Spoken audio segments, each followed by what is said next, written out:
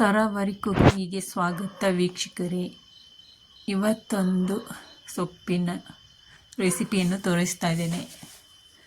ಇದು ನಾವು ಹೇಳ್ತೀವಿ ಗಿಡ ಬಸಳೆ ಅಂತ, ನೀವೇನು ಹೇಳ್ತೀರ ಅಂತ ನನಗೆ ಗೊತ್ತಿಲ್ಲ. ಇದು ನೀಟಾಗಿ ಕುಯ್ಕೊಂಡು ಈ ಥರ ಇರುತ್ತೆ ಗಿಡ ಬಸಳೆ. ಅದನ್ನು ಹೂವನ್ನೆಲ್ಲ ಹಾಕೋದು ಬೇಡ, ಎಳೆದಾಗಿರೋದನ್ನು ಕುಯ್ಕೊಂಡು ನೀಟಾಗಿ ವಾಶ್ ಮಾಡಿಕೊಂಡು ತಂದಿರ್ತೀನಿ ಈ ಥರ. ಇವಾಗ ಎಲ್ಲವನ್ನು ಜೋಡಿಸ್ಕೊಂಡು ನೀಟಾಗಿ ಸಣ್ಣದಾಗಿ ಕಟ್ ಮಾಡಿಕೊಳ್ಬೇಕು.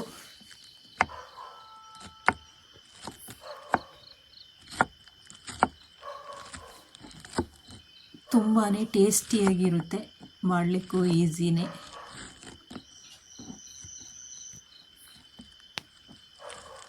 ಇದು ನಮ್ಮ ಹೆಲ್ತಿಗೆ ತುಂಬ ಒಳ್ಳೆಯ ಬೆನಿಫಿಟ್ ಇದೆ, ಆರೋಗ್ಯಕ್ಕೆ ಒಳ್ಳೆಯದು. ನಿಮ್ಮ ಮನೆಯಲ್ಲಿ ಇದ್ದರೆ ಈ ರೀತಿ ಒಂದು ಕರಿಯನ್ನು ಮಾಡಿ ನೋಡಿ. ಎಲ್ಲವನ್ನು ಸಹ ಸಣ್ಣದಾಗಿ ಕಟ್ ಮಾಡಿಕೊಳ್ಬೇಕು.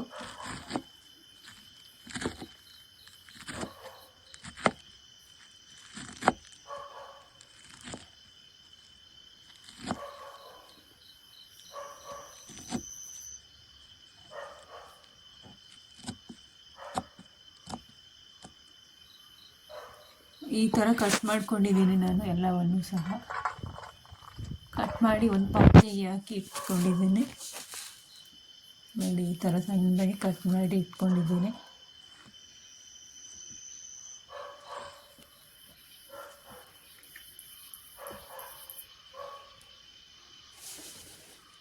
ನಾನು ಇದಕ್ಕೆ ತೊಗರಿ ಬೇಳೆಯನ್ನು ಸೇರಿಸ್ಕೊಂಡು ಬೇಯಿಸ್ಕೊಳ್ತಿದ್ದೇನೆ.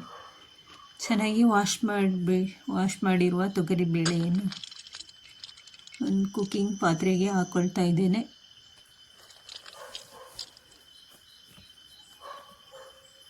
ಸೊಪ್ಪನ್ನು ಸಹ ಸೇರಿಸ್ಕೊಳ್ತಾ ಇದ್ದೇನೆ. ನೀವು ಈ ಥರ ಬಸಳೆ ಇದ್ದರೆ ಒಮ್ಮೆ ಟ್ರೈ ಮಾಡಿ. ಇದು ಬಾಯಿ ಹುಣ್ಣಿಗೆ ಎಲ್ಲದಕ್ಕೂ ಒಳ್ಳೆಯದೆ, ಆರೋಗ್ಯಕ್ಕೆ ಒಳ್ಳೆಯದು.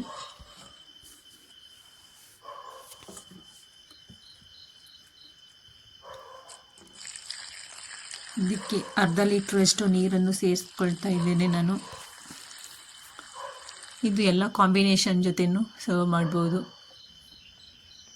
ಅಕ್ಕಿ ರೊಟ್ಟಿ, ಸ್ವಲ್ಪ ಅರಿಶಿಣದ ಪೌಡರನ್ನು ಮತ್ತು ರುಚಿಗೆ ತಕ್ಕಷ್ಟು ಉಪ್ಪನ್ನು ಸೇರಿಸ್ಕೊಂಡು ಬೇಯಿಸ್ಕೊಂಡಿರುತ್ತೇನೆ. ಮಸಾಲೆ ರುಬ್ಬಲಿಕ್ಕೆ ತೆಂಗಿನಕಾಯಿ ಪೀಸಸ್ಗಳನ್ನು ಹಾಕ್ಕೊಂಡಿದ್ದೇನೆ. ಒಂದು ಟೊಮೆಟೊ ಹಣ್ಣನ್ನು ಸೇರಿಸ್ಕೊಳ್ತಾ ಇದ್ದೇನೆ. ಕರಿ ಲೀವ್ಸನ್ನು ಸಹ ಸೇರಿಸ್ಕೊಳ್ತಾ ಇದ್ದೇನೆ.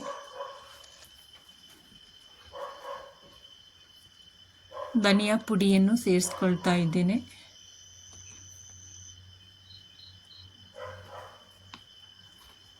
ಒಂದು ಚಿಕ್ಕ ಟೀ ಸ್ಪೂನಲ್ಲಿ ಜೀರಿಗೆಯನ್ನು ಸಹ ಸೇರಿಸ್ಕೊಂಡು ಚೆನ್ನಾಗಿ ಮಿಕ್ಸಿ ಮಾಡಬೇಕು. ಒಂದು ಸಣ್ಣ ಪೀಸ್ ಹುಣಸೆ ಹುಳಿಯನ್ನು ಸಹ ಸೇರಿಸ್ಕೊಳ್ತಾ ಇದ್ದೇನೆ. ಟೊಮೆಟೊ ಹುಳಿ ಇದ್ದರೆ ಬೇಡ.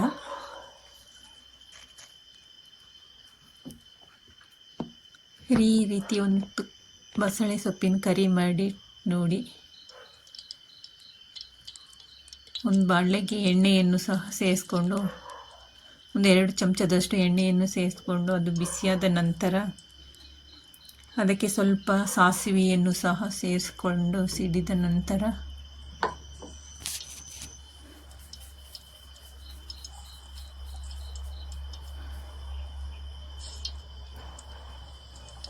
ಜಜ್ಜಿರುವಂತಹ ಬೆಳ್ಳುಳ್ಳಿಯನ್ನು ಸಹ ಸೇರಿಸ್ಕೊಂಡಿದ್ದೇನೆ ನಾನು.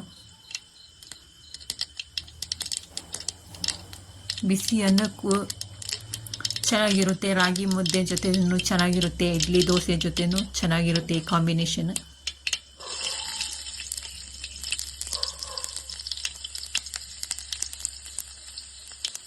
ಬೆಳ್ಳುಳ್ಳಿಯನ್ನು ಸ್ವಲ್ಪ ಫ್ರೈ ಮಾಡಿಕೊಳ್ಬೇಕು. ಸ್ವಲ್ಪ ಕಲರ್ ಚೇಂಜ್ ಆಗುವವರೆಗೂ ಫ್ರೈ ಮಾಡಿಕೊಳ್ಬೇಕು.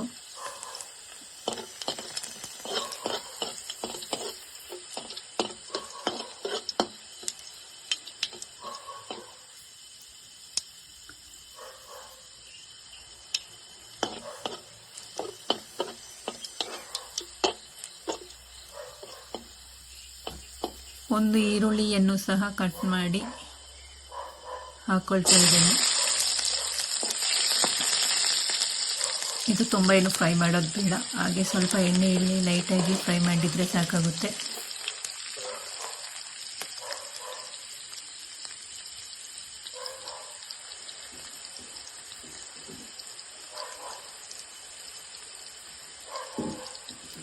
ಇದಕ್ಕಿವಾಗ ರುಬ್ಬಿರುವಂತಹ ಮಸಾಲೆಗಳನ್ನು ಸಹ ಹಾಕ್ಕೊಳ್ತಾ ಇದ್ದೇನೆ.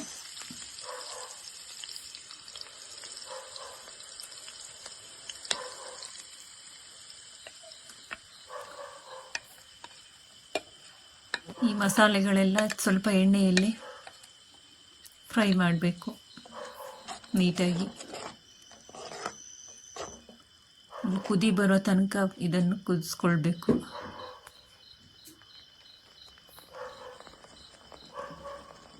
ಹೈ ಫ್ಲೇಮಲ್ಲಿ ಇಟ್ಟು ಕುದಿಸ್ಕೊಳ್ತೇನೆ.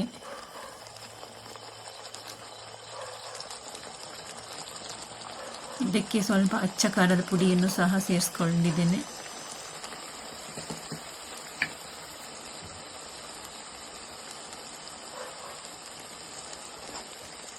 ನೀಟಾಗಿ ಮಿಕ್ಸ್ ಮಾಡಬೇಕು ಇದೆಲ್ಲವನ್ನು.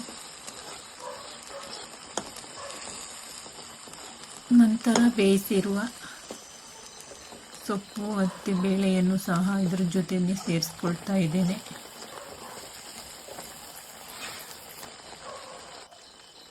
ನೀವು ಒಮ್ಮೆ ಮನೆಯಲ್ಲಿ ಈ ರೀತಿ ಕರಿ ಮಾಡಿ ನೋಡಿ, ಎಲ್ಲರಿಗೂ ಇಷ್ಟವಾಗುತ್ತೆ. ನಾನು ಮೊದಲೇ ಬೇಯಿಸಿ ಇಟ್ಕೊಂಡಿರುವಂತಹ ಸೊಪ್ಪುಗಳನ್ನು ಇದಕ್ಕೆ ಸೇರಿಸ್ಕೊಂಡಿದ್ದೇನೆ.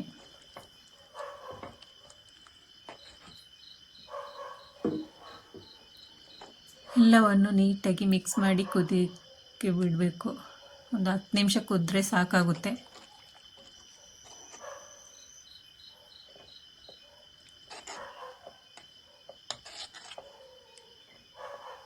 ನೋಡಿ, ಈ ರೀತಿ ರೆಡಿಯಾಗಿದೆ ನಮ್ಮ ಬಸಳೆ ಸೊಪ್ಪಿನ ಕರಿ.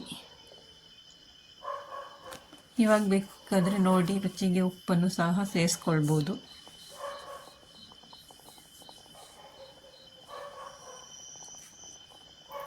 ಚೆನ್ನಾಗಿ ಕುದಿ ಬರಬೇಕು. ಇದು ತುಂಬ ತೆಳುವಾಗಿ ಮಾಡ್ಕೊಳ್ಳೋದು ಬೇಡ, ಈ ರೀತಿ ಮಾಡಿಕೊಂಡ್ರೆ ಸಖತ್ ಟೇಸ್ಟಿಯಾಗಿ ಇರುತ್ತೆ. ಫೈನಲಿ ಈ ರೀತಿ ಬಂದಿದೆ ನೋಡಿ.